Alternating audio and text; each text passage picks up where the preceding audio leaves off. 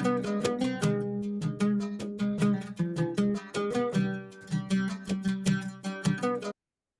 عليكم ورحمة الله. الحمد لله والصلاة والسلام على أشرف المرسلين وعلى آله وصحبه أجمعين. പ്രിയമുള്ള സഹോദരി സഹോദരന്മാരെ, എല്ലാവരിലും അള്ളാഹുവിന്റെ രക്ഷയും കരുണയും ഉണ്ടാവട്ടെ എന്ന് പ്രാർത്ഥിക്കുകയാണ്. ആമീൻ. നമ്മൾ കഴിഞ്ഞ ആഴ്ച തൗഹീത ബിസമരിഹി ഫഅസ്ബഹ യുഖല്ലിബു കഫൈഹി അലാ മാ അൻഫഖ ഫീഹാ വഹിയ ഖാവിയത്തുൻ അലാ ഉറൂഷിഹ വയഖൂലു യാ ലൈതനീ ലം ഉശ്രിക ബിറബ്ബി അഹദ. ഈ ആയത്തിന്റെ ഒരു ഭാഗം നമ്മൾ പറഞ്ഞു വെച്ചു. നമ്മൾ ഇവിടെ ശ്രദ്ധിക്കേണ്ട ഒരു കാര്യമാണ് നമ്മൾ കഴിഞ്ഞ ആഴ്ച ആദിക്ക് സൂചിപ്പിച്ചത്. ബിസമരിഹി. അപ്പൊ ഇവിടെ ബിസറഇഹി ഔ ബിനഖ്ലിഹി എന്നല്ല അള്ളാഹു പറഞ്ഞത്. ബിസറഇഹി ഔ നഖ്ലിഹി, അദ്ദേഹത്തിന്റെ തോട്ടത്തെ പിടികൂടി എന്നല്ല, അല്ലെങ്കിൽ അള്ളാഹുവിന്റെ അദാബ്, ആ കണിശമായ അള്ളാഹു ലക്ഷ്യം വെച്ചത്, കണിശമായ രൂപത്തിൽ അള്ളാഹു ലക്ഷ്യം വെച്ചത് അദ്ദേഹത്തിന്റെ തോട്ടത്തെ അല്ല. അതിനപ്പുറം ആ തോട്ടത്തിൽ സമൃദ്ധമായി ഉണ്ടായിരുന്ന അദ്ദേഹത്തിന്റെ വിഭവങ്ങൾ, ആ ഭൗതിക വിഭവങ്ങൾ, അതിന്റെ പൂർണ്ണ ഫലം അത് കൊയ്തെടുക്കാൻ പാകമായി നിൽക്കുന്ന സമയത്ത് അദ്ദേഹം ആകാംക്ഷയോടെ, വളരെ പ്രത്യാശയോടെ കാത്തു നിന്നിരുന്ന ആ പഴങ്ങളെ അള്ളാഹു ആ സമയത്താണ് അള്ളാഹു അതിനെ നശിപ്പിച്ചത്. അപ്പൊ അത് വല്ലാതൊരു വേദന ഉണ്ടാക്കുന്ന ഒരു സംഭവമാണ്. അപ്പൊ ആ വേദനയുടെ ഒരു മൂർത്തമായ അവസ്ഥയെ സൂചിപ്പിക്കാനാണ് ബിസമരിഹി എന്ന് പറഞ്ഞത്. ബിസറഇഹി എന്ന് പറയുന്നതിനപ്പുറം, ഔ ബിനഖ്ലിഹി എന്ന് പറയുന്നതിനപ്പുറം ബിസമരിഹി എന്നെ അള്ളാഹു എടുത്തു പറഞ്ഞത് അദ്ദേഹം കൊതിച്ച, ആശിച്ച ആ അദ്ദേഹത്തിന്റെ ആ വിഭവങ്ങളെ ആ സമയത്ത് അള്ളാഹു ഒന്ന് നശിപ്പിച്ചു. അത് ഒരു നിഷേധിയുടെ മനസ്സിലുണ്ടാക്കിയ വേദനയെ എടുത്തു കാണിക്കാനാണ് ഇന്ന് നമ്മൾ ഈ ആയത്തിനെ പറഞ്ഞു തുടങ്ങിയപ്പോഴതിന്റെ ആമുഖത്തിൽ പറയുകയുണ്ടായി. അപ്പൊ അതുകൊണ്ട് തന്നെ ആ വേദന വല്ലാത്തൊരു വേദനയാണ്. അത് താങ്ങാൻ പറ്റാത്ത, തന്നെക്കുറിച്ച് തന്നെ ചിന്തിക്കാനും, തൻ്റെ അഹങ്കാരങ്ങളെ വെടിഞ്ഞ് എനിക്ക് തെറ്റുകൾ സംഭവിച്ചിട്ടുണ്ട് എന്ന് തിരിച്ചറിയാനുള്ള ഒരു അവസ്ഥാവിശേഷം ആ മനുഷ്യന് അള്ളാഹു ഒരുക്കുകയാണ്. അപ്പൊ അതുകൊണ്ടാണ് ഈ ആയത്തിന്റെ അവസാനം ആ മനുഷ്യൻ വയഖൂലു യാ ലൈതനീ ലം ഉശ്രിക് ബി റബ്ബി അഹദ, എന്റെ റബ്ബിനോട് ഞാൻ ഒന്നിനെയും പങ്കു ചേർത്തില്ലായിരുന്നെങ്കിൽ എത്ര നന്നായിരുന്നേനെ എന്ന് പറയുന്നു. നമ്മൾ ഈ സൂറത്തിലെ ഓരോ ആയത്തുകളും വിശദീകരിക്കുമ്പോൾ നമ്മളിലേക്ക് തിരിഞ്ഞു നോക്കുവാൻ, നമ്മുടെ ജീവിത സാഹചര്യങ്ങളെ ഇതിലെ ഓരോ കഥാപാത്രങ്ങളുമായിട്ടും ഒത്തുനോക്കുവാൻ, അതിനെ തുലനം ചെയ്തു നോക്കുവാൻ എല്ലാം നമ്മൾ ഇതിന്റെ തുടക്കം മുതലേ പറഞ്ഞു പോകുന്നുണ്ട്. ഇവിടെ ഒരു മഹാ അപകടം സംഭവിച്ചപ്പോഴാണ് താൻ ദുർബലനാണ് എന്ന ബോധം ഈ മനുഷ്യനിലുണ്ടാവുന്നത്. നമ്മുടെ ജീവിതത്തിലും അങ്ങനെയാണ്, പലപ്പോഴും അങ്ങനെയാണ്. അപ്പൊ ഇവിടെ ഈ വ്യക്തിയുടെ വാക്കിൽ വന്ന, അല്ലെങ്കിൽ അദ്ദേഹത്തിന്റെ ധാരണയിൽ വന്ന പിഴവിനെയാണ് അപകടകരമായ ഒരു അവസ്ഥാവിശേഷമായി അള്ളാഹു നമ്മെ ബോധ്യപ്പെടുത്തുന്നത്. അപ്പൊ ഷിർക്ക് എന്ന് പറഞ്ഞാല് പ്രതിഭകളെ വെച്ച് പൂജിക്കൽ മാത്രമല്ല, മറിച്ച് അതിനപ്പുറം നമ്മുടെ വാക്കിലൂടെ വരുന്ന, നമ്മുടെ നോട്ടത്തിലൂടെ, ചെയ്തികളിലൂടെ എല്ലാം തന്നെ സംഭവിക്കുന്ന ഒന്നും അപകടകരമായ പ്രതിസന്ധി നമ്മിൽ സൃഷ്ടിക്കുമെന്ന് അള്ളാഹു പറഞ്ഞു വെക്കുന്നു. ഏറ്റവും ചെറിയ ഷിർക്കിനെയാണ് ഞാൻ ഭയപ്പെടുന്നത്, ചെറിയ ഷിർക്കിനെയാണ് ഞാൻ ഭയപ്പെടുന്നത് എന്ന് പറഞ്ഞപ്പോഴ് സ്വഹാബികൾ ചോദിക്കുന്നുണ്ടല്ലോ, എന്താണ് ഈ അസ്ഗറായ ഷിർക്ക്, എന്താണ് റസൂൽ? ഏറ്റവും ചെറിയ ഷിർക്കാണെന്ന് പറഞ്ഞാൽ എന്താണ്? അള്ളാഹുവിന്റെ റസൂല് പറയുന്നത്, നിങ്ങൾ മറ്റുള്ളവർ കാണുവാൻ വേണ്ടി നിങ്ങൾ സുഹൃതങ്ങൾ അനുഷ്ഠിക്കുക അല്ലെങ്കിൽ അമലുകൾ ചെയ്യുക എന്നതാണ് ഏറ്റവും ചെറിയ ശിർക്ക് എന്നുള്ളതാണ്. അപ്പൊ ആ സമയത്ത് നമ്മൾ ഒരു പ്രതിമയെ പ്രതിഷ്ഠിക്കുന്നുണ്ട് നമ്മുടെ മുമ്പിൽ, അള്ളാഹുവിനെ കൂടാതെ, അള്ളാഹുവിന്റെ റിളയെ, അള്ളാഹുവിന്റെ വജഹിനെ പ്രതീക്ഷിക്കാതെ ഭൗതികമായി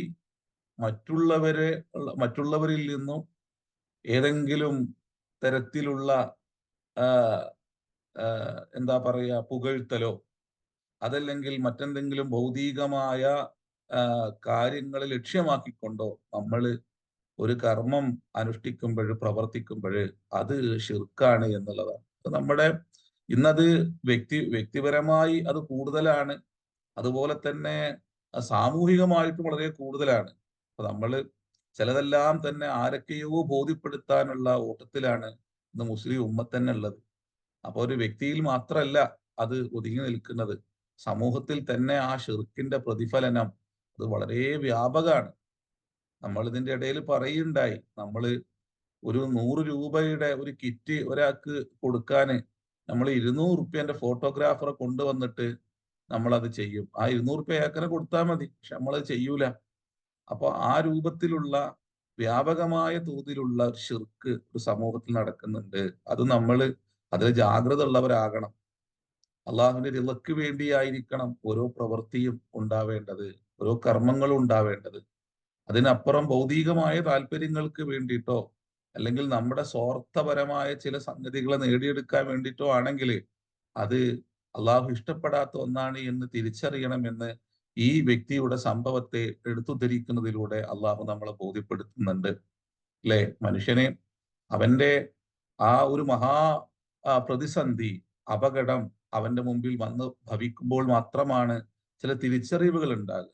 സൂറത്ത് ഹൂദില് വലഇൻ അദഖ്നൽ ഇൻസാന മിന്നാ റഹ്മത്തൻ വലഇൻ അദഖ്നൽ ഇൻസാന മിന്നാ റഹ്മത്തൻ സുമ്മ നസഅനാഹാ മിൻ, മനുഷ്യനെ നാം, അള്ളാഹു പറയാണ്, മനുഷ്യനെ നാം അനുഗ്രഹങ്ങൾ രുചിപ്പിക്കുക, എന്നിട്ട് വനസഅനാഹാ മിൻ, അവരിൽ നിന്ന് പെടുന്നതിനെ നാം അത് ഊരിയെടുക്കുക. അപ്പൊ അങ്ങനെ ഊരിയെടുത്താല് എന്താവും? അവന് വല്ലാതെ അവനങ്ങ് വനസഅനാഹാ മിൻഹു ഇന്നഹു ലയഊസുൻ കഫൂർ, അവൻ എല്ലാ പ്രതീക്ഷകളും നഷ്ടപ്പെട്ട് ഒരു നിഷേധ ഭാവത്തിലേക്ക് അവൻ മടങ്ങും. അങ്ങനെയാണ് ചില സമയങ്ങളിൽ, അങ്ങനെയാണ് മനുഷ്യൻ. അനുഗ്രഹങ്ങളെ അവനിങ്ങനെ നോക്കിക്കാണുകയും പെടുന്നനെ അള്ളാഹു അവനിൽ നിന്ന് അത് ഊരിയെടുക്കുകയും ചെയ്യുമ്പോൾ ചില ആളുകൾ എന്തുകൊണ്ടാണ് എനിക്കിങ്ങനെ സംഭവിക്കുന്നത് എന്ന് ചോദിക്കുന്ന ആൾക്കാരുണ്ട്. ഞാൻ ഇത്രയെല്ലാം ചെയ്തില്ലേ, ഞാൻ ഈ രൂപത്തിലെല്ലാം ഞാൻ നടന്നില്ലേ, എന്നിട്ടും എന്തുകൊണ്ട് എനിക്കിങ്ങനെ സംഭവിച്ചു എന്ന് പറയുന്ന ആൾക്കാർ. ഈ ആയത്തിന് തൊട്ട് താഴെ വീണ്ടും അള്ളാഹു പറയുന്നുണ്ട്, വലഇൻ അദഖ്നാഹു നഅ്മാഅ ബഅദ ളറാഅ, മഹാപ്രതിസന്ധികൾക്കൊടുവിൽ ഇനി അവനെ അള്ളാഹുവിന്റെ അനുഗ്രഹങ്ങൾ വീണ്ടും രുചിപ്പിച്ചാലോ, അവൻ പറയും ലയഖൂലന്ന ദഹബ സയ്യിആതു അന്നി ഇന്നഹു ലഫരിഹുൻ ഫഖൂർ. അപ്പൊ അവന് പറയും, ആ എന്റെ എല്ലാ പ്രതിസന്ധികളും തീർന്നു, അങ്ങനെ ആഹ്ലാദിച്ച് ആനന്ദിച്ച് തുള്ളിച്ചാടും. ഇന്നഹു ലഫരിഹുൻ ഫഖൂർ, അവൻ മഹാ പിന്നെ ആഹ്ലാദ പ്രകടനം നടത്തും. അവിടെ നന്ദി കാണിക്കൂല എന്നാണ് അള്ളാഹു പറയുന്നത്. അതുകൊണ്ടാണ് ഏതൊരു അനുഗ്രഹങ്ങളും വന്നു കിട്ടിയാൽ ഉടനെ അള്ളാഹുവിന് ശുക്ർ ചെയ്യുകയും അതിനുള്ള നന്ദി പ്രകാശനമായി അള്ളാഹിന്റെ മുമ്പിൽ സുജൂദ് ചെയ്യുകയും ചെയ്യണം. അനുഗ്രഹങ്ങൾ വരുന്നതിന് മനുഷ്യൻ ഇസ്തിഗ്ഫാർ ചെയ്യണം എന്നാണ്, അല്ലെ?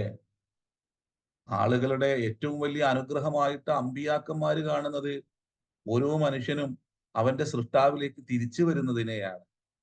ഒരു മനുഷ്യന് നൽകുന്ന മറ്റുള്ളവർക്ക് അത്തരം ഒരു സൗഭാഗ്യം ലഭിക്കുമ്പോൾ പോലും ഇസ്തിഗ്ഫാർ ചെയ്യണമെന്നാണ് അമ്പിയാക്കന്മാരോട് അള്ളാഹു കൽപ്പിക്കുന്നത്. ആളുകൾ കൂട്ടമായി അള്ളാഹുവിലേക്ക് തിരിച്ചു വന്നാൽ ഒരു മനുഷ്യൻ അവന്റെ സൃഷ്ടാവിനെ അറിയുന്ന, അവന്റെ ജീവിതത്തെ ലക്ഷ്യമറിയുന്ന, പൊരുളറിയുന്ന ഒരവസ്ഥാവിശേഷം മനുഷ്യൻ ഉണ്ടായി കഴിഞ്ഞാൽ നീ എന്താക്കണം? ഇസ്തിഗ്ഫാർ ചെയ്യണം എന്നാണ്.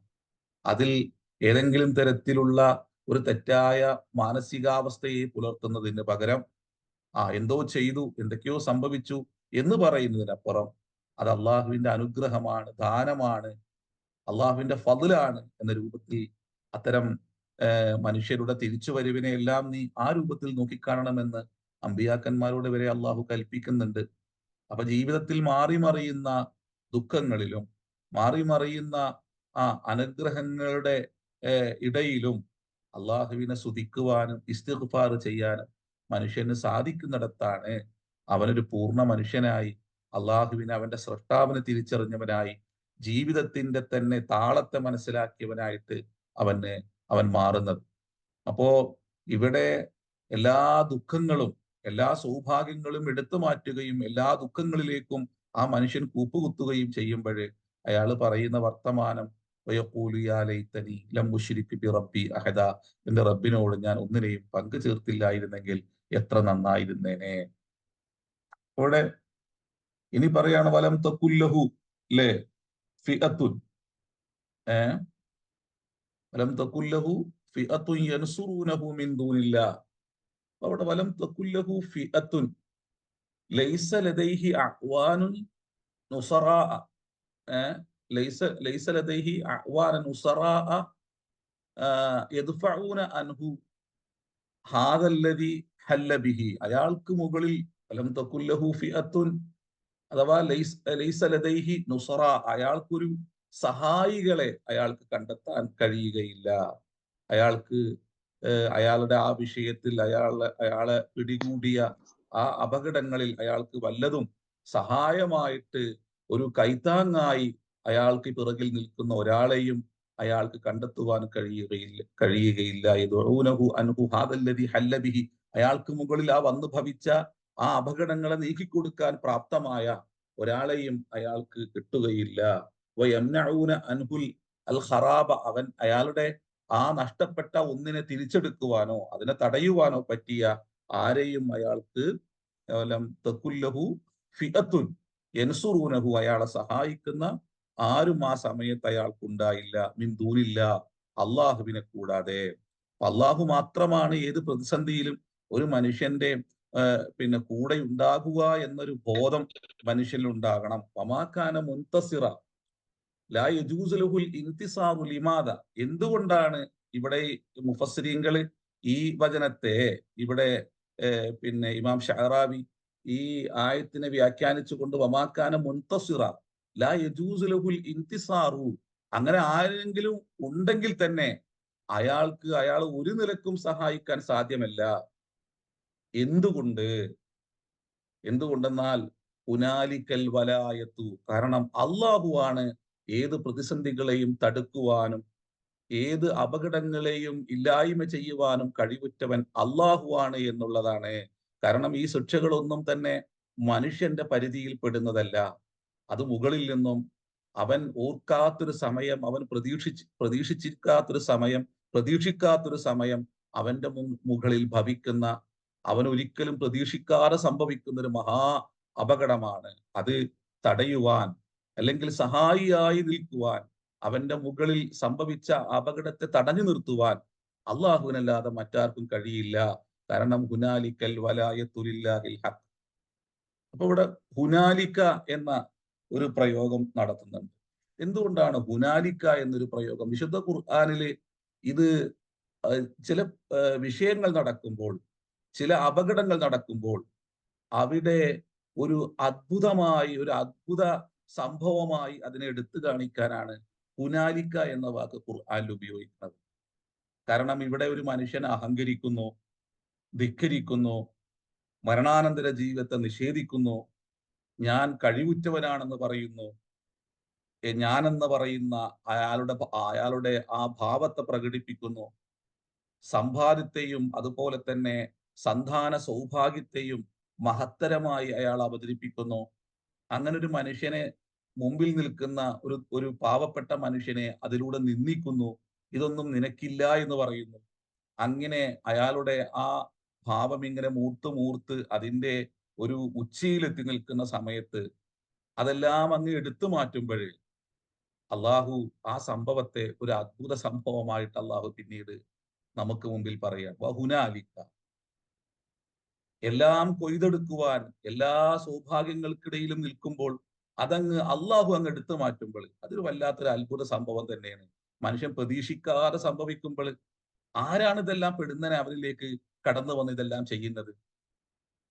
ആരാണ് ഇതിന്റെ എല്ലാം പിറകിൽ പ്രവർത്തിക്കുന്നത്?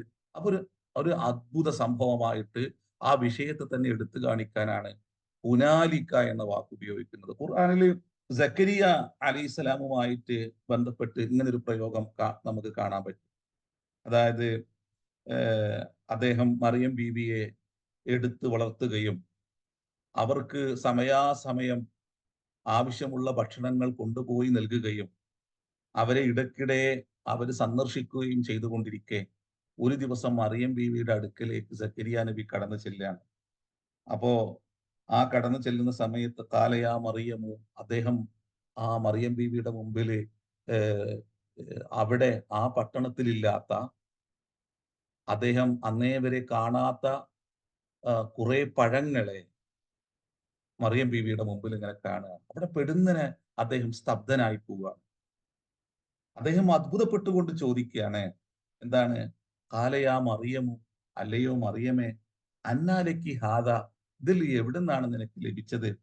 ഖാലത്ത് ഹുവ മിൻ ഇൻദില്ലാ, ഇത് അള്ളാഹുവിന്റെ അടുക്കൽ നിന്നാണ്. അപ്പൊ അനുഗ്രഹങ്ങളെ അള്ളാഹുവുമായിട്ട് ചേർത്ത് വെക്കുകയാണ് ഇവിടെ ഒരു മഹാസ്ത്രീരത്നം ചെയ്യുന്നത്. അങ്ങനെ പിന്നെ ഖാലത്ത് ഹുവ മിൻ ഇൻദില്ലാ ഇന്നല്ലാഹ യർസുഖു മൻ യശാഉ ബിഗൈരി ഹിസാബ്. അള്ളാഹു അളവില്ലാതെ, കണക്കില്ലാതെ, അള്ളാഹു ഉദ്ദേശിക്കുന്നവർക്ക് അള്ളാഹു അവരുടെ നിഅമത്തുകളെ അവൻ വാരിക്കോരി കൊടുക്കുന്നു എന്ന് മറിയം ബീവി പറയാണ്. ഇവിടെ ഹുനാലിക ദഅ സക്കരിയ റബ്ബഹു എന്ന് പറയുന്നത് ഹുനാലി. അപ്പോ അതിന്റെ മുമ്പിൽ അത്ഭുതപ്പെട്ട് നിൽക്കുകയാണ്. എന്റെ റബ്ബിന് ഇതെല്ലാം സാധ്യമാണ്. ഒന്നില്ലെങ്കിൽ ഇവിടെ നോക്കൂ, ഇവിടെ നമ്മുടെ ചിന്തയെ അള്ളാഹു പെടുന്നനെ കൊണ്ടുപോവാണ്. നമ്മൾ ചില അപകടങ്ങൾ കാണുമ്പോൾ അങ്ങനെ സംഭവിച്ചോ എന്ന് നമ്മളും ചോദിക്കൂലേ, അത്ഭുതത്തോടു കൂടി ചോദിക്കൂലേ? ആ ഒരു പ്രയോഗമാണ് ഇവിടെ ഹുനാലിക്ക എന്ന വാക്കുകൊണ്ട് അള്ളാഹു ഉദ്ദേശിക്കുന്നത്. ഇത്തരത്തിലുള്ള പ്രതിസന്ധികൾ നടക്കുമ്പോൾ അല്ലെങ്കിൽ ചില അനുഗ്രഹങ്ങൾ ലഭിക്കുമ്പോൾ അവിടെ ആ മനുഷ്യന്റെ രൂപഭാവങ്ങളിൽ വരുന്ന ആ ചലനങ്ങളിൽ ഉണ്ടാവുന്ന ഒരു പ്രത്യേക പിന്നെ ചലനങ്ങളെ അല്ലെങ്കിൽ വാക്കുകളെ, പ്രവർത്തികളെ, ആ പ്രവർത്തികൾ ഒരു അത്ഭുതമായി അള്ളാഹു എടുത്തു കാണിക്കുകയാണ് ഇവിടെ. അതുകൊണ്ടാണ് ഹുനാലിക്ക, ആ സമയം, ആ പിന്നെ എന്തുകൊണ്ട് അയാൾക്കത് ലഭിക്കൂല എന്ന് എന്നുള്ളതിന് അള്ളാഹു പറയാണ്. എന്തുകൊണ്ട് അയാൾക്കൊരു സഹായിയെ ലഭിക്കില്ല? അയാളുടെ പ്രതിസന്ധികളെ തടഞ്ഞു നിർത്താൻ പറ്റുന്ന ഒരാളെ അയാൾക്ക് എന്തുകൊണ്ട് ലഭിക്കുന്നില്ല? കാരണം ഹുനാലിക്കൽ വലായത്തുലില്ലാഹിൽ ഹഖ്. ഇവിടെ വലായത്ത് എന്നുള്ളതിന് പിന്നെ മുഫസ്സിരീങ്ങൾ കൊടുക്കുന്ന അർത്ഥം രണ്ട് തരത്തിലാണ് ഇതിനെ വിശദീകരിക്കുന്നത്. അൽ വലായത്തു എന്നുള്ളത് യകൂനലക വലിയുൻ യൻസുറുക, നിന്നെ സഹായിക്കുന്ന ഒരു കൂട്ടുകാരൻ എന്ന അർത്ഥത്തിൽ വലായത്ത് എന്നുള്ളതിനെ വ്യാഖ്യാനിക്കുന്നത്. ഇനി വിലായത്ത് എന്ന് പറഞ്ഞാല് അത് മുൽക്ക് എന്ന അർത്ഥത്തിലാണ് ഉപയോഗിക്കുന്നത് എന്നാണ്. ഹുവല്ലദി അൽ വലിയു എന്ന് പറഞ്ഞാല് ഹുവല്ലദി യലീക വയുദാഫിഉ അൻക വഖ്തശിദ്ദത്തി, നിന്റെ പ്രതിസന്ധിയിൽ അതിനെ തടഞ്ഞു നിർത്താൻ പറ്റുന്ന, നിന്നോട് അടുത്ത് നിൽക്കുന്ന ഒരാൾ എന്ന അർത്ഥത്തിലാണ് വലിയ എന്ന വാക്കിനെ ഉപയോഗിക്കുന്നത്. ഇനി ഇവിടെ വിലായത്ത് എന്നാണെങ്കിൽ, ഹുനാലിക്കൽ വിലായത്തു എന്നാണെങ്കിൽ അതിന് മുൽക്ക് എന്നാണ് ഇവിടെ അർത്ഥം. എല്ലാ എല്ലാം തന്നെ പിന്നെ എല്ലാ അധികാരങ്ങളും, എല്ലാത്തിന്റെയും പിന്നെ ആധിപത്യം അള്ളാഹുവിനാണ് എന്നുള്ള ഒരർത്ഥത്തിലാണ് ഇതിനെ ഉപയോഗിക്കുന്നത്. ലിമനിൽ മുൽക്കുൽ യൗം എന്ന് ചോദിക്കുന്നില്ലേ? ലില്ലാഹിൽ വാഹിദുൽ ഖഹാർ. അപ്പോ ഇന്ന് എല്ലാ അധികാരങ്ങളും ആരുടെ കയ്യിലാണ്? അപ്പോ എല്ലാ അധികാരങ്ങളും ആർക്കാണോ, അല്ലെങ്കിൽ ഒരു ശിക്ഷയെ തടുക്കുവാനും അതിനെ ഇല്ലായ്മ ചെയ്യുവാനും കഴിവുറ്റവൻ ആരാണോ, നിന്നോട് അടുത്തു നിൽക്കുന്നവൻ ആരാണോ, അവൻ അള്ളാഹു മാത്രമാണ്. അതിനാൽ നിനക്കൊരു സഹായിയെ, നിനക്ക് സംഭവിച്ച ഈ അപകടത്തിൽ അതിനെ തടുക്കുവാനോ അതിനെ പ്രതിരോധിക്കുവാനോ പറ്റുന്ന ഒരാളെയും നിനക്ക് കണ്ടെത്തുവാൻ നിനക്ക് കഴിയുകയില്ല. ചില പ്രയോഗങ്ങളെ അള്ളാഹു കൊണ്ടുവരികയും നമ്മെ തന്നെയും അതിലൂടെ ജീവിത പൊരുളുകളെ അള്ളാഹു പഠിപ്പിക്കുകയാണ് ഇവിടെ. ഹുവ ഖൈറുൻ സവാബൻ. ഹുവ ഖൈറുൻ സവാബൻ എന്ന് പറഞ്ഞാല് അള്ളാഹു പിന്നെ നിങ്ങൾക്ക് പ്രതിഫലം നൽകും അലൽ അമലി സ്വാലിഹി, നിങ്ങൾ ചെയ്യുന്ന സുഹൃതങ്ങൾക്കനുസരിച്ച് എല്ലാ ആധിപത്യവുമുള്ള അള്ളാഹു മാത്രമാണ് പ്രതിഫലം നൽകാൻ കഴിവുറ്റവൻ. വ ഖൈറുൻ സവാബൻ വ ഖൈറുൻ ഉഖുബ.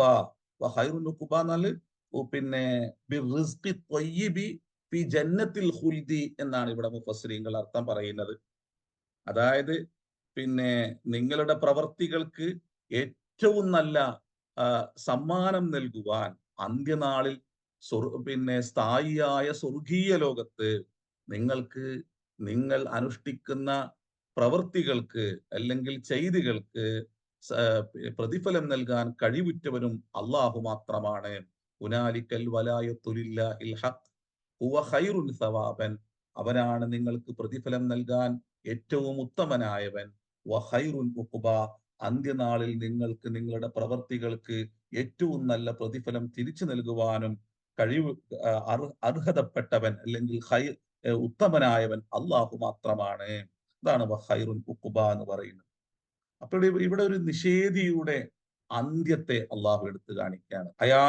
അയാൾ ഈ മനുഷ്യനിലേക്ക് ഇങ്ങനെ നോക്കിക്കഴിഞ്ഞാൽ ഈ ലോകം മുഴുവനും കീഴടക്കിയവനെ പോലെയാണ് ചില അനുഗ്രഹങ്ങൾ ചിലർക്ക് ലഭിച്ചാൽ ഉണ്ടാകുന്നത്. അത്തരം ഒരു അവസ്ഥാവിശേഷത്തെ വാക്കിലൂടെയും പ്രവൃത്തിയിലൂടെയും ഒരു മനുഷ്യൻ ഇങ്ങനെ അവതരിപ്പിക്കുമ്പോൾ അതിന് അള്ളാഹു അങ്ങ് മറ്റൊരു ഉദാഹരണം കൊണ്ടുവന്ന് നമ്മുടെ എല്ലാം തന്നെ ഒരു മാനസികാവസ്ഥയെ അള്ളാഹു പിന്നീട് ഒരു ഉദാഹരണം കൊണ്ടുവന്ന് അള്ളാഹു അതിനെ അങ്ങ് എന്താക്കാണ്, അള്ളാഹു അതിനങ്ങ് ഉടച്ചു കളയാണ് ഇവിടെ. ഏതാണ്? വദ്രിബ് ലഹും മസലൽ ഹയാത്തി ദുനിയ കമാഇൻ അൻസൽനാഹു മിനസ് സമാഇ ഫഖ്തലത ബിഹി നബാതുൽ അർളി ഫഅസ്ബഹ ഹശീമൻ തദ്റൂഹു റിയാഹ് വകാന അല്ലാഹു അലാ കുല്ലി ഷൈഇൻ മുഖ്തദിറ. അപ്പോ ഇവിടെ ഈ ആയത്തിന് അള്ളാഹു ഇതിനെ തശ്ബീഹും തംസീലിയും എന്നാണ് ഇതിനെ ഈ പിന്നെ ആയത്തിനെ ഒരു പിന്നെ പണ്ഡിതന്മാർ വിശദീകരിക്കുന്നത്. ഒരാളെ ഒരു വസ്തുവിനെ വേറൊന്നുമായിട്ട് ഉപമിക്കുമ്പോൾ ആ ഉപമയെ ഈ പിന്നെ ബലാഗത്തുൽ വാദിയിലും പഠിക്കുന്ന ഈ അറബി ഭാഷയിലെ സാഹിത്യ കൃതികളിലും പഠിക്കുമ്പോൾ അവിടെ ഒരു വസ്തുവിനെ ഉപമിക്കുന്നതിനെ വ്യത്യസ്ത രൂപത്തിൽ പണ്ഡിതന്മാർ പിന്നെ അതിനെ വിശദീകരിക്കുന്നു. അപ്പോ പിന്നെ തശ്ബീഹ് മുഅക്കദ്, അതുപോലെ തന്നെ മുഫസ്സല്, മുർസല് എന്നെല്ലാം പറഞ്ഞിട്ട് പിന്നെ ഒരു വസ്തുവിനെ നമ്മൾ വേറൊന്നുമായിട്ട് പിന്നെ തുലനം ചെയ്യാൻ അതിനെ ഉപമിക്കുമ്പോൾ അതിന്റെ വ്യത്യസ്ത രൂപഭാവങ്ങളെ കുറിച്ച് പിന്നെ ഭാഷാ പണ്ഡിതന്മാര് പഠിപ്പിക്കും. അപ്പൊ ഇവിടെ ആ പിന്നെ വജുഹുഷിബ്ഹ് ഒരു ഏതുമായിട്ട് ഏതൊന്നിനെയാണോ ഇവിടെ ഉപമിക്കുവാൻ ബന്ധിപ്പിക്കുന്നത് അത് പിന്നെ ഒരു കൂട്ടമാണ് ഇവിടെ. ഒരു ഒറ്റൊരു വസ്തുവിൽ ഒതുങ്ങി നിൽക്കുന്ന ഒരു ഉപമയല്ല ഇവിടെ നടത്തുന്നത്. ഒരു നമ്മൾ പറയാണ് ഇപ്പോ പിന്നെ സെയ്ദ് അയാള് പിന്നെ അയാളുടെ ധീരതയിൽ സിംഹത്തെ പോലെയാണ് എന്ന് പറഞ്ഞാൽ ധീരത എന്നുള്ള ഒന്നിനെ എടുത്തു കാണിക്കുവാനാണ് അയാള് സിംഹത്തെ പോലെയാണെന്ന് പറയുന്നത്. അപ്പൊ ഒരൊറ്റ വസ്തുവിലേക്ക് അതിനെ കേന്ദ്രീകരിക്കുകയാണ്. എങ്ങനെ? അയാള് ധീരനാണ് എന്ന് പറയുന്ന ഒന്നിനെ. എന്നാൽ ഇവിടെ അതിനപ്പുറം ഇവിടെ എന്താണ് അള്ളാഹു ഉദ്ദേശിക്കുന്നത്? ഇവിടെ ഒരു ഉദാഹരണം കൊണ്ടുവന്ന് ആ വെള്ളവുമായി ജീവിതത്തെ അള്ളാഹു ഉപമിക്കുകയാണ്. പക്ഷെ ആ വെള്ളത്തിന്റെ വ്യത്യസ്ത രൂപഭാവങ്ങളെ അതുണ്ടാക്കുന്ന മറ്റു പിന്നെ വ്യത്യസ്ത മുഖങ്ങളെ അതിലൂടെ അള്ളാഹു പരിചയപ്പെടുത്തുന്നുണ്ട്. അപ്പൊ അതുകൊണ്ട് ഇതിനെ പൊതുവെ വിശേഷിപ്പിക്കല് തശ്ബീഹുൻ തംസീലിയും എന്നാണ് ഇതിനെ എന്താക്കുക. ഇത്തരം ഉപമകൾ കൊണ്ടുവന്ന് വിശദീകരിക്കുമ്പോൾ അതിനെ അങ്ങനെയാണ് പണ്ഡിതന്മാർ വിശേഷിപ്പിക്കുക. ഇവിടെ ലൈസ ഈ വജ്ഹു ശിബ്ഹ് ലൈസ ഷൈഅൻ വാഹിദൻ ബൽ ഇദ്ദത അഷ്യ, കുറേ കാര്യങ്ങളുമായിട്ടാണ് ഇതിനെ ബന്ധിപ്പിക്കുന്നത് എന്നുള്ളത് കൊണ്ടാണ്. വദ്രിബ് ലഹും, നീ അവർക്ക് പറഞ്ഞു കൊടുക്കുക, മസലൽ ഹയാത്തി ദുനിയ, ഈ ഭൗതിക ലോക ജീവിതത്തിന്റെ ഉപമ എന്താണെന്ന് നീ അവർക്ക് പറഞ്ഞു കൊടുക്കുക. കാരണം നമ്മുടെ മുമ്പിലെത്തുന്ന, നമ്മൾ കാണുന്ന, നമ്മൾ അനുഭവിക്കുന്നതിനെ നമ്മൾ ഈ ലോകം കീഴടക്കിയതുപോലെയുള്ള ഭാവമാണ് മനുഷ്യനെങ്കിൽ അള്ളാഹു നൽകുന്ന ചെറിയ ചെറിയ അനുഗ്രഹങ്ങളെ ഈ രൂപത്തിലാണ് നിങ്ങൾ കാണുന്നതെങ്കിൽ മനുഷ്യരെ, നബിയെ അങ്ങൊന്ന് പറഞ്ഞു കൊടുത്തേക്കൂ, ഈ ഭൗതിക ലോക ജീവിതത്തിന്റെ ഉപമക്കമായി അത് ഒരു വെള്ളം പോലെയാണ്. അൻസൽനാഹു മിനസ് സമാഇ, അള്ളാഹു അതിനെ വാനലോകത്തിൽ നിന്ന് ഇറക്കി. ഫഖ്തലത ബിഹി നബാത്തുൽ അർളി, അങ്ങനെ ആ വെള്ളം ആ എല്ലാ പിന്നെ ചെടികളുമായി അത് കൂടിച്ചേർന്നു, അതിൽ ഫലങ്ങൾ ഉണ്ടായി, വ്യത്യസ്ത ഫലങ്ങൾ അതിങ്ങനെ രൂപപ്പെട്ടു. എന്നിട്ട് ഫഅസ്ബഹ ഹശീമൻ തദ്റുഹു റിയ, അങ്ങനെ അതിങ്ങനെ പാകപ്പെട്ട് അതിങ്ങനെ പ്രൗഢമായ രൂപത്തിൽ നിൽക്കെ അതിനെ പിന്നീട് അള്ളാഹു ധൂളികളാക്കി അങ്ങ് മാറ്റുന്നു. വക്കാൻ അള്ളാഹു അല കുല്ലി ഷൈഇൻ മുഖ്തദിറ, അള്ളാഹു അതിന്റെ നന്മയെ കൊണ്ടുവരുവാനും തിന്മയെ സ്ഥാപിക്കുവാനും കഴിവുള്ളവനാണ് അള്ളാഹു എന്നൊരു ഉദാഹരണത്തെ മനുഷ്യർക്ക് മുമ്പിൽ നീ വെച്ചു കൊടുക്കൂ എന്ന് അള്ളാഹു പിന്നീട് ഇതിലൂടെ പറയാണ്. ഇവിടെ രണ്ട് മൂന്ന് കാര്യങ്ങളാണ് അള്ളാഹു ഈ ആയത്തിൽ എടുത്തു കാണിക്കുന്നത്. അതെന്താണ്? ഇപ്പൊ മസല് എന്ന് ഇപ്പൊ പറയുന്നുണ്ട് അല്ലേ? ഇവിടെ മസലി എന്ന പിന്നെ വാക്കിനെ, അതുപോലെ തന്നെ പിന്നെ മിസ്ല് എന്ന വാക്കിനെയും മുഫസ്സിരീങ്ങൾ, രണ്ട് വാക്കിനെ മുഫസ്സിരീങ്ങൾ ഇവിടെ എടുത്തു കാണിക്കുന്നുണ്ട്. മസലി എന്ന് പറഞ്ഞാൽ ഈ പറഞ്ഞതുപോലെ കുറെ ഉപമകളെ കൊണ്ടുവന്ന് ഒരു വിഷയത്തെ ഉദ്ധരിക്കുന്നിടത്താണ് മസലി എന്ന് പറയും.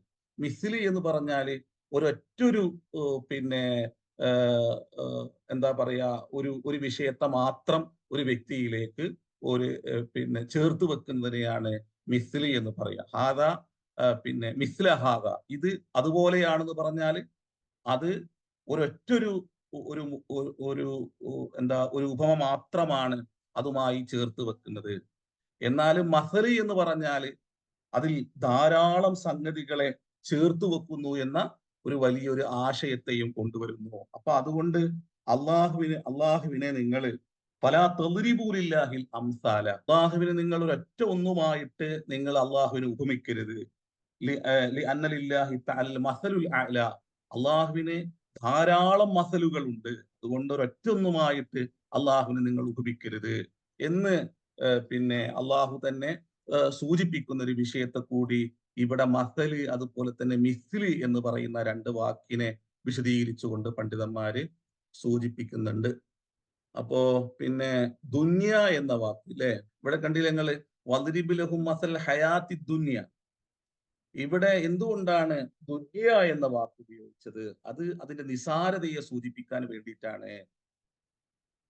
അത് ഏറ്റവും നിന്ദ്യമായ ഒന്നാണ്. അള്ളാഹു റസൂലുള്ളാഹിന്റെ മറ്റൊരു ഹദീസിൽ കാണാൻ പറ്റും, പിന്നെ ഇന്ന ദുനിയ ഹുൽവത്തുൻ ഖളിറത്തുൻ, ഈ ഭൗതിക ലോകം എന്ന് പറയുന്നത് അത് ഹുൽവത്തുൻ ഖളിറത്തുൻ, അത് മാധുര്യമേറിയതാണ്, അത് സമ്പൽ സമൃദ്ധവുമാണ്. അതിനാൽ വത്തഖു ദുനിയ, ഈ ഭൗതിക ലോകത്തെ നിങ്ങൾ സൂക്ഷിക്കണം. അത് വളരെ നിസാരമാണ്, എപ്പോഴും കടന്നു വരാം, എപ്പോഴും നിങ്ങൾ നഷ്ടപ്പെട്ടു പോകാം. അതിങ്ങനെ വല്ലാതെ നിങ്ങളെ മോഹിപ്പിക്കുന്ന, വല്ലാതെ നിങ്ങളുടെ മുമ്പിൽ അതിങ്ങനെ സമൃദ്ധമായി എല്ലാ കണ്ണിനെ ഇങ്ങനെ കുളിർക്കൊള്ളിപ്പിക്കുന്ന രൂപത്തിൽ നിങ്ങളുടെ മുമ്പിൽ ഇങ്ങനെ നിൽക്കും. എന്നാൽ അതുകൊണ്ട് തന്നെ വത്തഖു ദുനിയ, ഈ നിസാരമായ ലോകത്തെ നിങ്ങൾ സൂക്ഷിക്കണം. വത്തഖു നിസാ, നിങ്ങൾ സ്ത്രീകളെയും നിങ്ങൾ സൂക്ഷിക്കണം. വ ഇന്ന അവ്വല ഫിത്നത്തി ബനി ഇസ്രാഈല കാനത്ത് ഫിന്നിസാ, ഇസ്രായേലികളിൽ ആദ്യ പ്രശ്നം തുടങ്ങിയത് ഒരു സ്ത്രീയുടെ വിഷയത്തിലായിരുന്നു. അപ്പോ ഈ ഭൗതിക ലോകത്ത് മനുഷ്യനെ അപകടത്തിലാക്കുന്ന രണ്ട് മൂന്ന് കാര്യങ്ങളെ ഈ ഹദീസ് അള്ളാഹു കൊണ്ടുവരികയാണ്. അത് റസൂലുള്ള അവതരിപ്പിക്കുകയാണ്. അതുപോലെ തന്നെ ഈ ആയത്തില് ഭൗതികതയുടെ ഒരു അതിന്റെ സൗന്ദര്യത്തെ, ആ സൗന്ദര്യം അത് നമ്മൾ ആസ്വദിക്കാൻ പാകമായി നിൽക്കുമ്പോൾ അല്ലെങ്കിൽ ആഗ്രഹിച്ചു നിൽക്കുമ്പോൾ അത് പെടുന്നനെ ധൂളികളാക്കി മാറ്റുന്ന ഒരു അവസ്ഥാവിശേഷത്തെയും അള്ളാഹു ഈ ആയത്തിലും എടുത്തു കാണിക്കുന്നു. അപ്പൊ ഈ ലോകത്തെ ഏറ്റവും നന്നായി സൂക്ഷിച്ചതിനെ കൈകാര്യം ചെയ്യണം. എല്ലാം അള്ളാഹുവിന്റെ അമാനത്ത് മാത്രമാണ്, നിങ്ങളുടെ കൈകളിൽ നൽകുന്ന അമാനത്ത് മാത്രമാണ്. അത് നിങ്ങൾക്ക് ഒരിക്കലും തന്നെ നിങ്ങളുടെ കൂടെ കൊണ്ടുപോകാൻ പറ്റാത്ത, അല്ലെങ്കിൽ നിങ്ങൾക്ക് സ്ഥായിയായി അതിനെ ഉപയോഗിക്കാൻ പറ്റാത്ത ഒന്നാണ്. അതിനപ്പുറം ഇതെല്ലാം പെടുന്നനെ നിങ്ങളിൽ നിന്ന് അള്ളാഹു എടുത്തു മാറ്റും. അതിനാല് ഇതിനെല്ലാം തന്നെ അതിന്റെ ദാതാവിലേക്ക്, അതിന്റെ മുനഇമായ അള്ളാഹുവിലേക്ക് അതിനെ ചേർത്തുകൊണ്ട് പറയുകയും അതിനെ അവതരിപ്പിക്കുകയും ചെയ്യേണ്ടതുണ്ട്. പിന്നെ അള്ളാഹു അതിനോട് ചേർത്ത് പറയാണ്, അൽ മാലു വൽ ബനൂന സീനത്തുൽ ഹയാത്തി ദുനിയ വൽ ബാഖിയാത്തുസ് സ്വാലിഹാത്തു ഖൈറുൻ ഇൻദ റബ്ബിക തവാബൻ വ ഖൈറുൻ അമല. ഇൻഷാ അല്ലാഹ് അതിനെ നമുക്ക് അടുത്ത ആഴ്ച വിശദീകരിക്കാം. ഏഹ് ഒരു മനുഷ്യന് അവന് അവന്റെ സന്താനങ്ങളെ, സൗഭാഗ്യങ്ങളെ എല്ലാം തന്നെ വലുതായി കാണുമ്പോൾ പിന്നീട് അതിനെ അള്ളാഹു ഏറ്റവും നിസാരമായിട്ട് പിന്നീട് അവതരിപ്പിക്കുകയാണ്. ഈ ഭൗതിക ലോകത്തെയും അതുപോലെ തന്നെ ഈ മനുഷ്യൻ തന്നെ അയാളുടെ അഹങ്കാര പ്രകടനത്തിന് അയാൾ എടുത്തു കാണിക്കുന്നത് അയാളുടെ സമ്പത്തിന്റെ ആധിക്യവും അതുപോലെ തന്നെ സന്താന സൗഭാഗ്യങ്ങളെല്ലുമാണ്.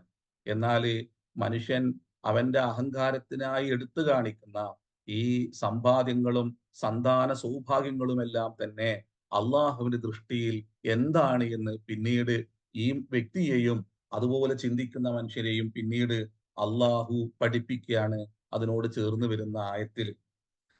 ഏതായാലും അത് ഒന്ന് നന്നായിട്ട് ഇൻഷാ അല്ലാഹ് അടുത്ത ആഴ്ച വിശദീകരിക്കാം. അപ്പൊ ഇവിടെ നമ്മൾ പറഞ്ഞു വെച്ച രണ്ട് മൂന്ന് കാര്യങ്ങൾ, ഒന്ന് പിന്നെ ഷിർക്ക് ചെയ്യുന്നതിനെ സൂക്ഷിക്കണം. ഷിർക്ക് എന്ന് പറഞ്ഞാല് അത് ഏതെങ്കിലും വസ്തുക്കളെ പൂജിക്കല് മാത്രല്ല, നമ്മുടെ പ്രവൃത്തിയിലും നമ്മുടെ വാക്കുകളിലും വരുന്ന തെറ്റായ പ്രയോഗങ്ങൾ പോലും അത് അള്ളാഹുവിന്റെ കോപത്തിന് ഇരയാക്കും. അപ്പൊ സൂക്ഷിച്ചുകൊണ്ട് വാക്കുകൾ ഉപയോഗിക്കണം. അതുപോലെ തന്നെ അഹങ്കാരം എന്നുള്ളത് അത് മനുഷ്യന് നല്ലതല്ല. കാരണം മനുഷ്യൻ ദുർബലനായ ഒരു സൃഷ്ടിയാണ്. ഖുലിഖൽ ഇൻസാനു ലഈഫ. വളരെ ദുർബലനായി സൃഷ്ടിക്കപ്പെട്ടവനാണ് മനുഷ്യൻ. അതുകൊണ്ട് അവന് വരുന്ന, അവന്റെ തലക്ക് മുകളിൽ നിന്ന് വരുന്ന ഒരു പ്രതിസന്ധിയെയും തടഞ്ഞു നിർത്തുവാൻ മനുഷ്യന് സാധ്യമല്ല. ഒരു പേമാരിങ് വന്നു കഴിഞ്ഞാൽ എല്ലാം തന്നെ അവന്റെ എല്ലാ സൗഭാഗ്യങ്ങളും അതോടുകൂടി നഷ്ടപ്പെടും. നമ്മുടെ നാട്ടിലേക്ക് ഇപ്പൊ നോക്കിക്കഴിഞ്ഞാൽ ഇതിന്റെ എല്ലാം തന്നെ ഒരു പ്രതിരൂപങ്ങൾ നമുക്കിങ്ങനെ നമ്മുടെ നാട്ടിൽ ഇങ്ങനെ വായിച്ചു പോകാൻ പറ്റും. അതുപോലെ തന്നെ അത്തരം പ്രതിസന്ധികൾ വന്നു കഴിഞ്ഞാൽ ഏഹ് ഒരാളെയും ആ അത്തരം മനുഷ്യർക്ക് അല്ലെങ്കിൽ നമുക്ക് സഹായികളായി ലഭിക്കുകയില്ല. ആർക്കും തന്നെ നമ്മുടെ നമുക്ക് മുകളിൽ ഭവിക്കുന്ന ആ പ്രതിസന്ധികളെ തടഞ്ഞു നിർത്താൻ ആർക്കും ഒരു കഴിവും ഉണ്ടാകുകയില്ല. കാരണം ഇതെല്ലാം തന്നെ അള്ളാഹുവിന്റെ ഭാഗത്തിൽ നിന്നും മനുഷ്യനെ പരീക്ഷിക്കുവാനായി അള്ളാഹു അവന്റെ അപകടങ്ങളെ, അവന്റെ അദാബിനെ, അവന്റെ ഇന്തിഖാമിനെ അള്ളാഹു നടപ്പാക്കുമ്പോൾ അത് അത് നമ്മേക്കാളും അതിശക്തനായ ഒരു നാഥനിൽ നിന്നുള്ള പിന്നെ ഇടപെടലായതുകൊണ്ട് തന്നെ ഒരാൾക്കും അതിനെ തടുത്തു നിർത്തുവാൻ കഴിയുകയില്ല. അള്ളാഹുവാണ് എല്ലാ സുഹൃതങ്ങൾക്കും പ്രതിഫലം നൽകുന്നവനും. അള്ളാഹുവാണ് ഏറ്റവും നന്നായ സുഹൃതം ഒരുക്കുന്നവനും. അന്ത്യനാളിൽ പിന്നെ സ്ഥായിയായ സ്വർഗം കൊണ്ട് മനുഷ്യന്റെ കർമ്മങ്ങൾക്ക് പ്രതിഫലം നൽകുന്നവനും അള്ളാഹുവാണ്. വഖൈറുൻ ഉഖുബ എന്ന് പറഞ്ഞു വെക്കുന്നു. പിന്നീട് അതിന് ശേഷം മനോഹരമായിട്ട് ഈ ജീവിതത്തെ അള്ളാഹു ഉപമിക്കുകയും ചെയ്യുന്നു. സൂറത്ത് പിന്നെ യൂനിസിലാണെന്ന് തോന്നുന്നുണ്ട്. ഹത്താ ഇദാ അഖറത്തിൽ അർദു സുഖുറുഫഹ വസയ്യനത് വദന്ന അഹ്ലുഹ അന്നഹും ഖാദിറൂന അലൈഹാ അതാഹ അംറുന ലൈലൻ ഔ നഹാറ. ഇദാ അഖറത്തിൽ അർദു സുഖുറുഫഹ, ഭൂമി അതിന്റെ പ്രൗഢിയെ ഇങ്ങനെ പ്രകടിപ്പിച്ചു. വസയ്യനത്ത്, അത് അതിന്റെ എല്ലാ സൗന്ദര്യത്തെയും അതിന്റെ മൂർത്തഭാവത്തെയും അതിങ്ങനെ പ്രകടമാക്കി.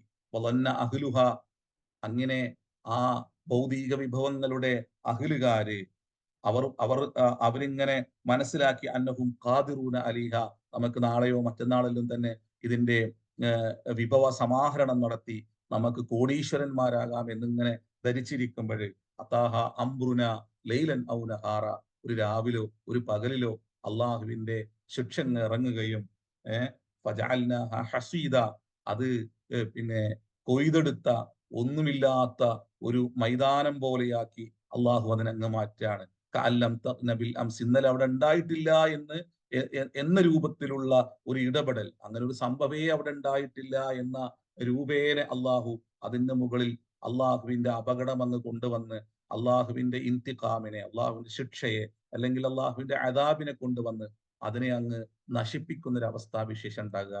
ആ സമയം മനുഷ്യന് അവന് എല്ലാ അർത്ഥത്തിലും അവന് ദുഃഖിക്കുകയും വേദനിക്കുകയും അവനെ വല്ലാതെ നിരാശനായി അവൻ മാറുകയും ചെയ്യുമെന്ന് സൂറത്ത് യൂനിസിൽ അള്ളാഹു പറയുന്നുണ്ട്. അതേപോലെ ഒരു ഉദാഹരണമാണ് ഇവിടെയും, ഒരു ഉപമയാണ് അള്ളാഹു ഇവിടെ കൊണ്ടുവന്നിട്ടുള്ളത്.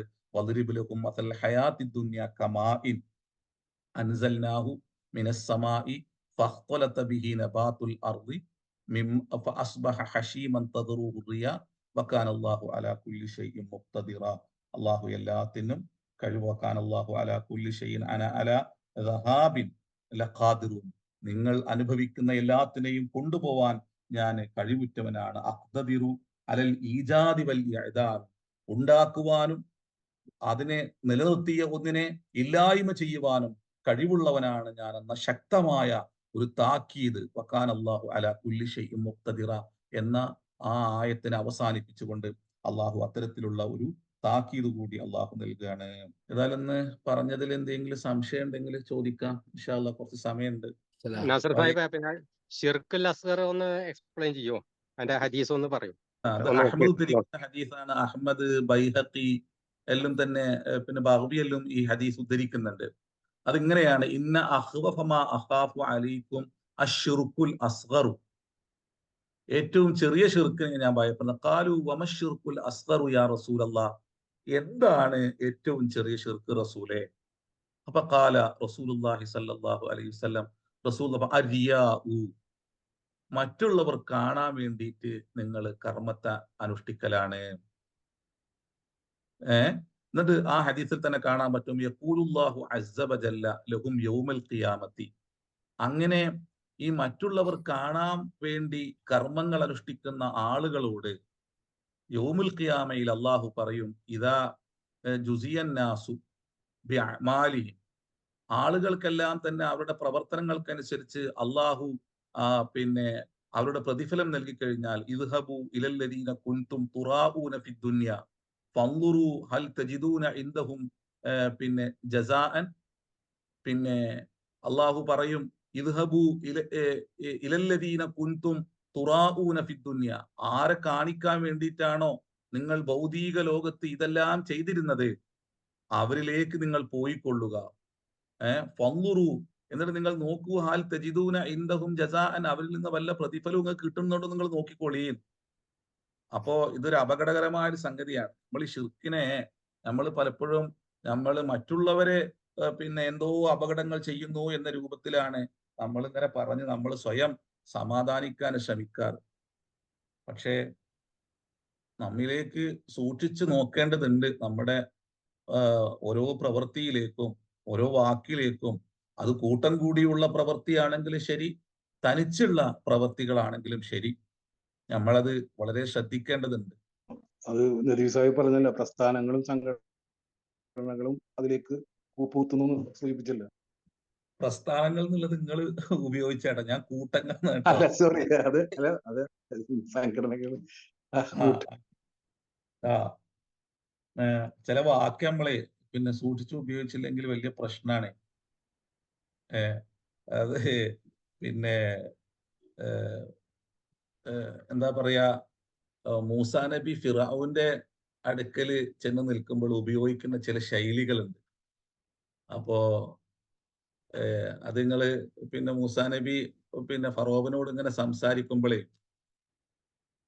പിന്നെ ഫറോവനോട് പറയുന്നത്, പിന്നെ നമ്മളിൽ പിന്നെ മനുഷ്യരിൽ ആരാണ് പിന്നെ നല്ലവനെന്നും, പിന്നെ ആരാണ് മനുഷ്യരിൽ അക്രമി എന്നും അള്ളാഹു ബോധ്യപ്പെടുത്തട്ടെ എന്ന് പറയാണ്. അപ്പൊ ഞാനാണ് ഏറ്റവും നല്ലവൻ എന്ന് പിന്നെ മൂസാ നബി അവിടെ പറയുന്നില്ല. അവിടെ അതിനെ വിശദീകരിക്കുന്ന പണ്ഡിതന്മാർ പറയുന്നുണ്ട്, എങ്ങനെയാണ് നിങ്ങൾ ഒരു വ്യക്തിയോട് സംസാരിക്കുമ്പോൾ, ഒരു സമൂഹത്തോട് സംസാരിക്കുമ്പോൾ നിങ്ങളുടെ ഉസ്ലൂബ് എന്തായിരിക്കും, നിങ്ങളുടെ വാക്കുകൾ പ്രയോഗിക്കുമ്പോൾ അവിടെ എങ്ങനെയാണ് നിങ്ങൾ വാക്കുകളെ പോലും പ്രയോഗിക്കേണ്ടത്.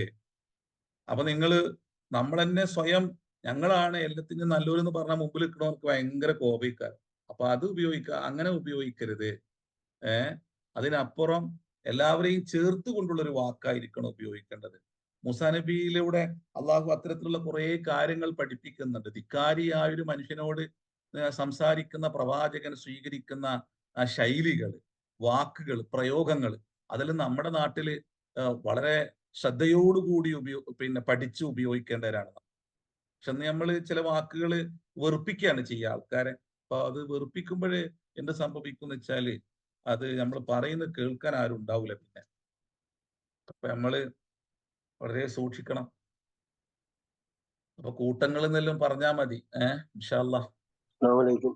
നമ്മളിപ്പോ ഈ ഈ റിയാദ് സമ്മർ പറഞ്ഞാലേ സമ്മർ സമ്മർ സമ്മർ എന്ന് പറഞ്ഞാൽ എന്താ ഉദ്ദേശിക്കണേ? സമ്മർ എല്ലാ ഫലങ്ങളും ആണോ? മൊത്തം കാർഷിക ഉൽപ്പന്നങ്ങളാണോ? അവിടെ സമർ എന്ന് പറഞ്ഞാല് ഉഹീത ബി സമരിഹി എന്ന് പറഞ്ഞാല് ഞാൻ പറഞ്ഞല്ലോ, പിന്നെ അവിടെ ഒരു വലിയൊരു ചിന്തയെ അള്ളാഹു കൊണ്ടുവരാണ്. എന്താന്ന് വെച്ചാല് പിന്നെ അയാളെ ബിനഖ്ലിഹി വസറഇഹി എന്ന് പറയാതെ ബിസമരിഹി എന്ന് പറഞ്ഞത് ആ നിലവിലുള്ള ആ കൃഷികളെ അത് പൂത്ത് കായ്ച്ച് അത് പാകപ്പെട്ട് കൊയ്തെടുക്കാൻ പാകമായി നിൽക്കുന്ന ഒരു അവസ്ഥാവിശേഷമുണ്ടല്ലോ, അതിനെയാണ് സമർ എന്നുള്ളത് വഹീത ബി സമരിഹി എന്നുള്ളത് ഉദ്ദേശിക്കുന്നത്. അപ്പൊ അതങ്ങ് നഷ്ടപ്പെട്ടു പോകുമ്പോൾ ഒരാൾ ഒരു കൃഷി നടത്തി, അതിനെ തുടക്കത്തിൽ തന്നെ നശിച്ചാൽ അയാൾക്ക് അത്ര വേദന ഉണ്ടാവില്ല.